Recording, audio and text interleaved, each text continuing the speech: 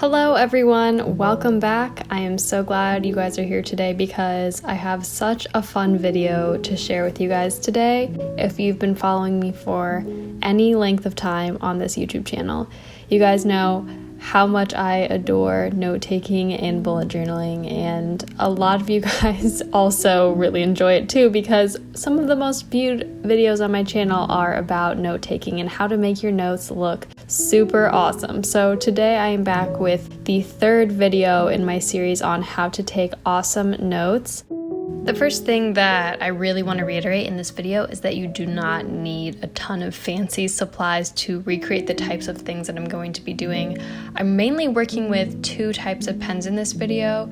All you really need is some sort of a super tip marker. This could be just Crayola brand marker, honestly, just the ones that you drew with when you were a kid, and also some sort of a fine liner marker. I will have the links to the exact ones that I'm using in this video down in the description box, but you really can use absolutely anything. And you can see I just went through and grouped these colored pens together because I think that when you're taking notes, especially for a lot of different classes, it really helps to have sort of a color scheme for each different class. It helps separate everything just mentally, and also when you're flipping through the different sections, it's really easy to tell where the cutoff is for each of the different classes.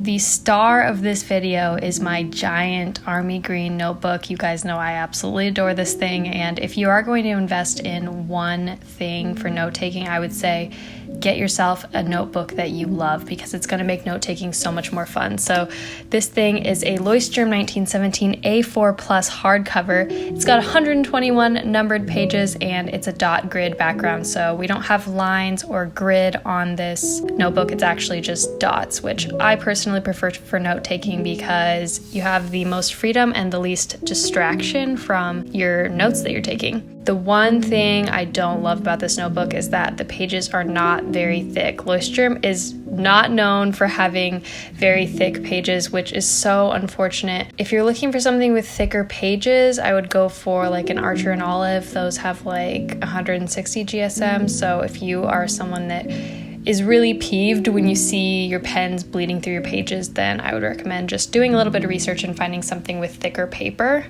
Before I actually jump into showing you guys how I take notes, I, as always, want to give you a little bit of inspiration to get started. So I decided to draw out an entire page of title inspiration for you guys. This was really fun for me to make because obviously I got to play around with a ton of different fonts, but hopefully this will actually give you guys a little bit of creative juices. Maybe if you see something here that I make and you like it, you can implement it into your own note-taking. But headers are a huge part of the way that I take notes. It's the way that I take a simple layout and really add some pizzazz to it and make it look really fun. So this is basically a way to add an enormous amount of time to your note-taking, but also a lot of fun, so it's worth it if you ask me. But one of the main comments that I get on my note-taking videos is, "Oh my god, Lauren, this takes so long. How am I supposed to do this during class?" And that's totally understandable because it does take a lot of time. Obviously, this video is sped up like, I don't know, 8 or 10 times, so I can fit everything in a timely manner, but when you're doing it in real life, it does take a long time.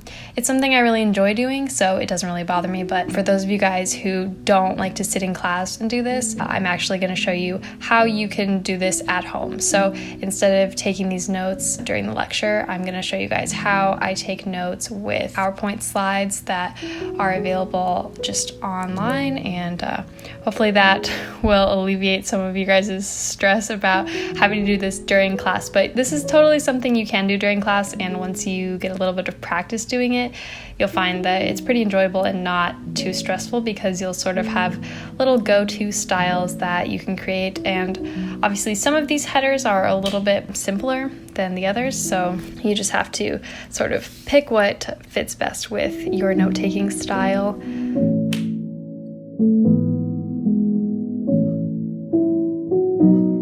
I should also probably say that I do not always take notes this way. There are many pages in many of my notebooks that look absolutely hideous, and I would never let them see the light of day or let you guys look at them because I know you would judge me for thinking that I'm always such a perfect note taker.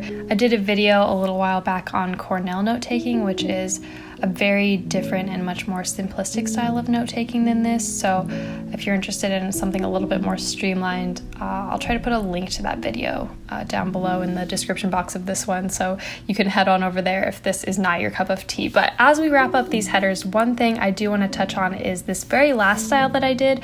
I really sped this up, and I want to show you guys in a little bit more slowed down how I created this, because I was recreating this sort of gradient style, and it's actually super easy to do, and it looks so cool. So all you really have to do is take a marker. I'm just using one of the Crayola Super Tip markers, and you'll see that once you layer these up, they start to get darker and darker on top of each other, and you can really use this to your advantage when you're trying to create some depth in your writing. And all you have to do is just kind of wait for it to dry and then layer it up again. Again, if you do not have thick pages, I would not recommend doing this, but if your paper is a little bit thicker, that's a really cool way to add depth and sort of a, what do you call it, ombre effect to your writing.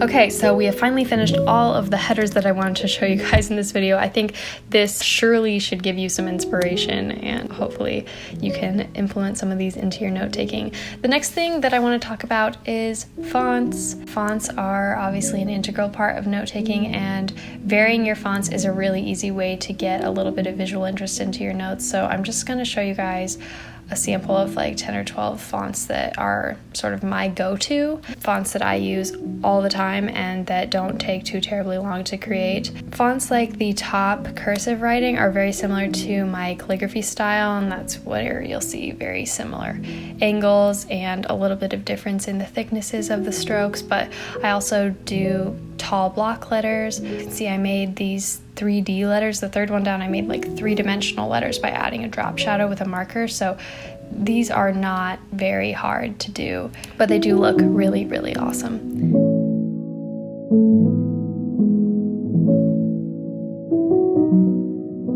Next up, I want to show you guys some different graphical elements that you can add into your note-taking. So some different bullet point options. These are really fun to implement anytime you have to do like lists, which are very common, I feel like, when you're taking notes, or if you have like vocabulary words and you want to signal them somehow. This is a really fun and easy way to do that, and I'm just using a combination of all my different purple pens here to show you guys. And as you can see, when you're choosing a color scheme for your note-taking, not all of your colors have to be necessarily the same hue. So we've got a bunch of different types of purples, and I still feel like they all go pretty well together. So it's fun to sort of mix and match, maybe a little something that has a little bit more blue in it, something with a little bit more yellow, and I still feel like they all go pretty well together.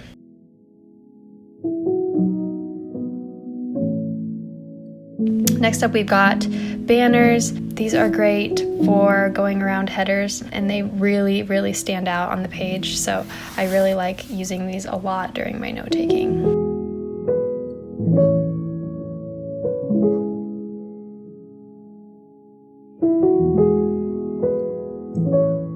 You can see that with this last one, I really wanted to keep this in because I wanted to show you guys that even when I'm drawing this stuff, sometimes it doesn't quite come out the way I want it to. So you can see I did do quite a bit of fame dangling with this header banner thing to make it look the way I wanted, but eventually I was able to get it to a place that I liked it. So if you are ever taking notes and you feel like you just can't quite get it right, don't worry, I feel that way too. Okay, so now for the part you guys have all been waiting for. I'm actually going to show you how I take notes based on this lecture PowerPoint for one of my marketing classes, and I wanted to keep it up on the screen here so you guys can actually see what I'm referencing when I'm creating these notes. So the first thing I always do is obviously add the header, and I decided to go with that ombre cursive style that I showed you guys earlier. All of the fonts that I'm pulling and using in this set of notes that I'm taking are going to be from the samples that I showed you guys earlier. So the next thing I'm doing is just creating sort of a web. Webs are super common, I feel like, when you're taking notes, especially in business classes, because we like to simplify things and break them down and use weird terminology. So I'm just showing you guys how I would recreate this web in my notes and make it look a little bit nicer, a little bit girlier, but still containing all of the most important information that was presented on the slide. One way that it's easy to sort of differentiate subheaders from I don't know what you'd call subheaders, the smaller text on the page, is I just like to go over it with a super tip marker really quick, and that just sort of highlights it, and it helps separate those sort of main bullet points from the subtext that helps support it. So as we move along here, I'm using another one of those headers that I showed you guys earlier, which is just going to be my cursive writing paired with a little bit of a drop shadow there. And how I create that is actually just by adding the purple on one angle. If you pretend like a light is shining on your words, it's going to cast a shadow, and that's how I create those letters. One of the slides in this PowerPoint that I was looking at had this sort of flowchart looking thing, and I actually decided to recreate it into a bit of a pyramid. So again, I use that shading technique. This comes in so handy, and it really doesn't take that long to do. So I just drew the entire shape, which was just a big triangle, and then after it sort of dried for a second, I went back in and added a second layer and then a third layer on top. And you can see I get 3 distinct shades of purple. It's still not too dark. You can absolutely see the dark purple pen right on top there. So next up, I sort of wanted to break up my notes a little bit with a definition, and when you're writing definitions, they can get kind of long and wordy, and so what I'm actually doing is sort of using this as a page break. So I'm actually taking this long definition and adding it as a design element into my notes. So when you're intentional about the way you take your notes, they can actually help work for you. And so this really long quote here, it spans the entire width of the page, and it just helps break everything up a little bit. Next up, we've got another chart. I'm just using one of those banners that I showed you guys earlier at the top to be the header. And then I am just using a variation of purple markers for the rest of the text. And I'm using that tall sort of all caps font in combination with some cursive. So I like varying the fonts a little bit just to get some variety.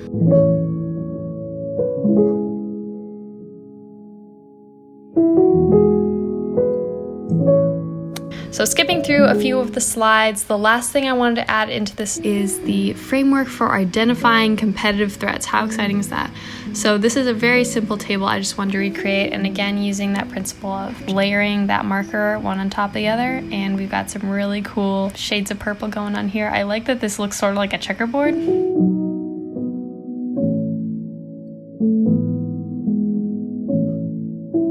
And then at the very end, I just went in and added a date and the title of the class, and that's a really helpful way to just organize your notes. If you put the label in the same place every time, like in the upper right hand corner, it makes it really easy to flip through and look through your notes. Alright guys, we made it. I hope you enjoyed watching the way that I take notes. This is absolutely something that you can do at home if you're not comfortable doing it in class, but if it makes you feel any better, I am the girl that is always sitting in class and playing around with her markers while the teacher's lecturing, so don't feel bad if you're that type of person, because that is me. If you want links to any of the products that I used in this video, go ahead and just check the description box. I've always got all kinds of great information for you guys down there. So where I find the music for these videos, what type of filming equipment I use, all of the markers and pens and notebooks, always can be found in the description box. And yeah, that's it. I will see you guys very soon in the next video. Bye!